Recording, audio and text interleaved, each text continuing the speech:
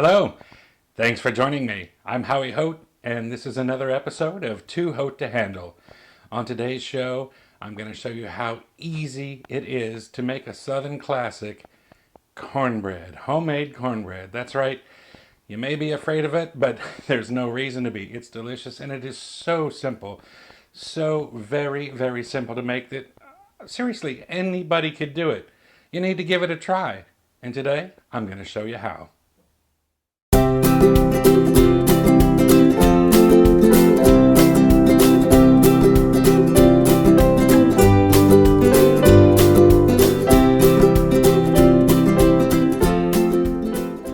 So here is everything we need to make a quick and easy cornbread.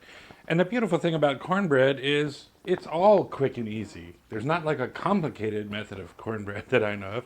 Well, perhaps you could complicate anything you want to, but it is so fast, so easy, and uses such simple ingredients and a few very basic tools that absolutely anybody can do this. Now, the very first thing you want to do, of course, is set your oven to 400 degrees because that's going to be our baking temperature. And the next is to grease your pan. Now, what I have here is a 10-inch cake pan. Of course, this is not totally traditional, but you can use anything you like. My folks would always use a cast iron skillet that they put in the oven. My cast iron skillet I have, however, is not the old kind. It's much larger and it's enamel coated and too big for what I want to do. Now the proportions of this recipe is great for like an 8x8 square or a 9-inch round. This is a 10-inch round, which makes the cornbread just a little bit thinner, but the taste is absolutely the same. Now this is the first thing you do after you set your oven to 400 degrees is just grease your pan, and I've got some simple spray to get that in there, and we're done. And the next thing we do is just mix the ingredients. I've got two different bowls here. One is going to be for our wet ingredients and one's going to be for our dry ingredients. I'll start with combining the dry ingredients. Now the first thing we're going to do is get ourselves a cup of flour, and I've found the easiest way to measure that out is to dip right into the flour with your measuring cup so that it overheats it, and then take a knife and sweep it off flat. And that is 1 cup of flour exactly, right into the mixing bowl. The next ingredient we have is cornmeal, and we want 1 1/4 cups of cornmeal.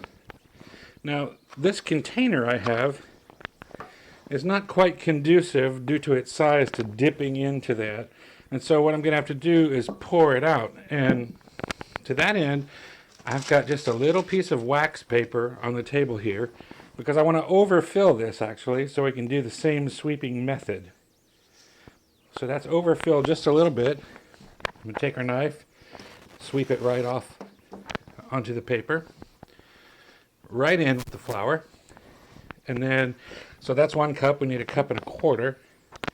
We'll overfill the 1/4 cup as well. Sweep it right off. So that's 1 1/4 cups exactly, right into the dry ingredient bowl. Now the reason I've done it on this wax paper will become obvious now is that you can pick it up like that and pour it right back into the container it came out of. No muss, no fuss, and we're good to go. We're finished with that ingredient. Now the remaining 2 dry ingredients you're going to want is 1 tablespoon of baking powder, and you'll see the lid of the baking powder has a straight edge, which essentially you can use the same way. You overfill your tablespoon and then scrape it against that to get a level tablespoon baking powder. And the final ingredient we're going to throw in there is about 1/2 tablespoon, I mean it's not a tablespoon, a teaspoon, 1/2 teaspoon of salt. And I use kosher salt here. Pop it right in. And that's all the dry ingredients. So I'm just going to take a whisk now and kind of combine those in the bowl. Get them nicely mixed together. That's all you have to do there. Now, in the other bowl, we're going to take our wet ingredients which is 1 egg. Put that off to the side.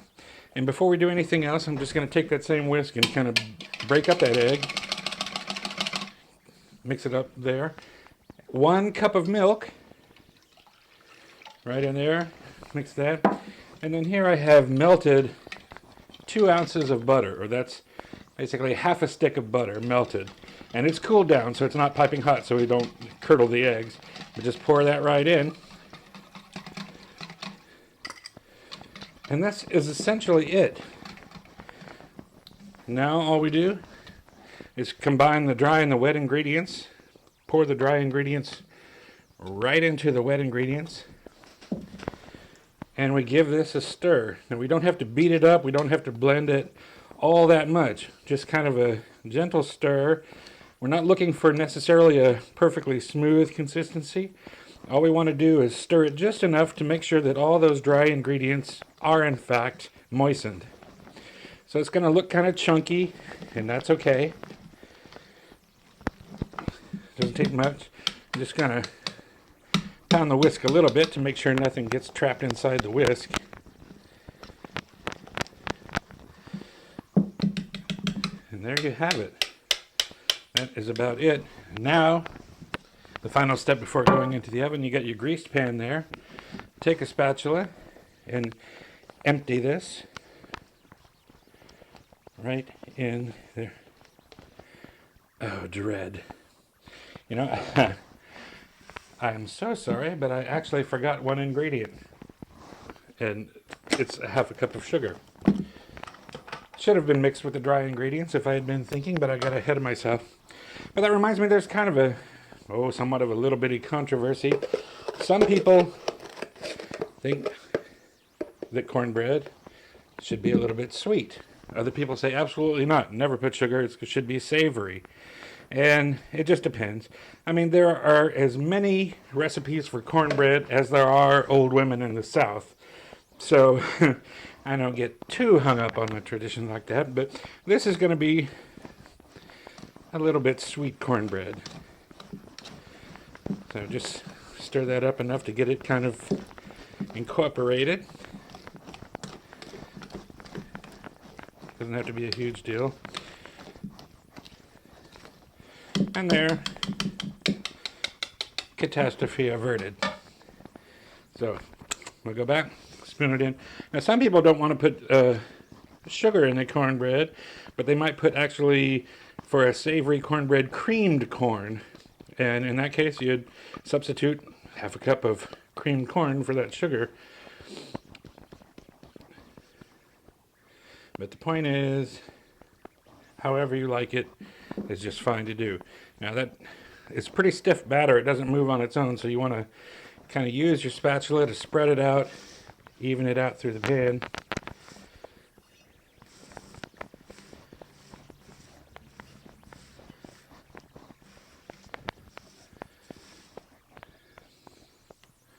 And that's about it. And I will kind of just give it a little drop there. Make sure it's as even as I can get it. And that's it. That's all there is to cornbread. Put that in the 400-degree oven for about 25 minutes till it's lightly brown and slightly pulling away from the sides, and you'll have cornbread. All right. Now 25 minutes has elapsed, and this cornbread has just come out of the oven. And it looks just perfect. It's ever so slightly browned around the edges, and as you might be able to see, it's slightly pulled away from the pan. Now, I've just put that on a cooling rack, and you can leave it set if you want to, but I wouldn't leave it sit for more than 5 minutes before I depan it, because if you leave it in the pan for too long, the steam that's inside there will start making it soggy. You want it to get cool, but all the way around, not just on the top. So I pretty much right away take it out and just use the pot holders and quickly right over, and it comes right out. And there it is. Now, one of the things that's great that I like about this particular recipe for cornbread is it makes a very firm loaf here, Sometimes the cornbreads you can get, you can't even pick them up because they'll crumble before you can get them off the plate. Now for me, I look at cornbread as bread, and most bread I like to eat with my hands, as most people do. This recipe, the cornbread holds together, and I'll show you. See, I can even if it's fresh out of the oven and still warm, I can still pick it up and turn it without it crumbling or falling apart. And the same is true when you go to slice into it. It'll hold together, yet still be tender. But that is it. Doesn't that look delicious? Beautiful homemade cornbread, and you can do it. Yes, you can. You saw how easy it was. There's no reason not to. Okay, so this has had just a couple of minutes to cool down, and it doesn't really need all that much. You can serve it piping hot, bring it right to the dinner table and serve. And I just want to demonstrate one thing. So if you cut into this, it's very tender. It cuts very, very easily. But here's what's great about this particular recipe in these proportions is that it holds together. I mean, you can pick it up even from the end. I've seen other recipes where this would just fall apart and crumble. But it holds together and perfect. Make this at home.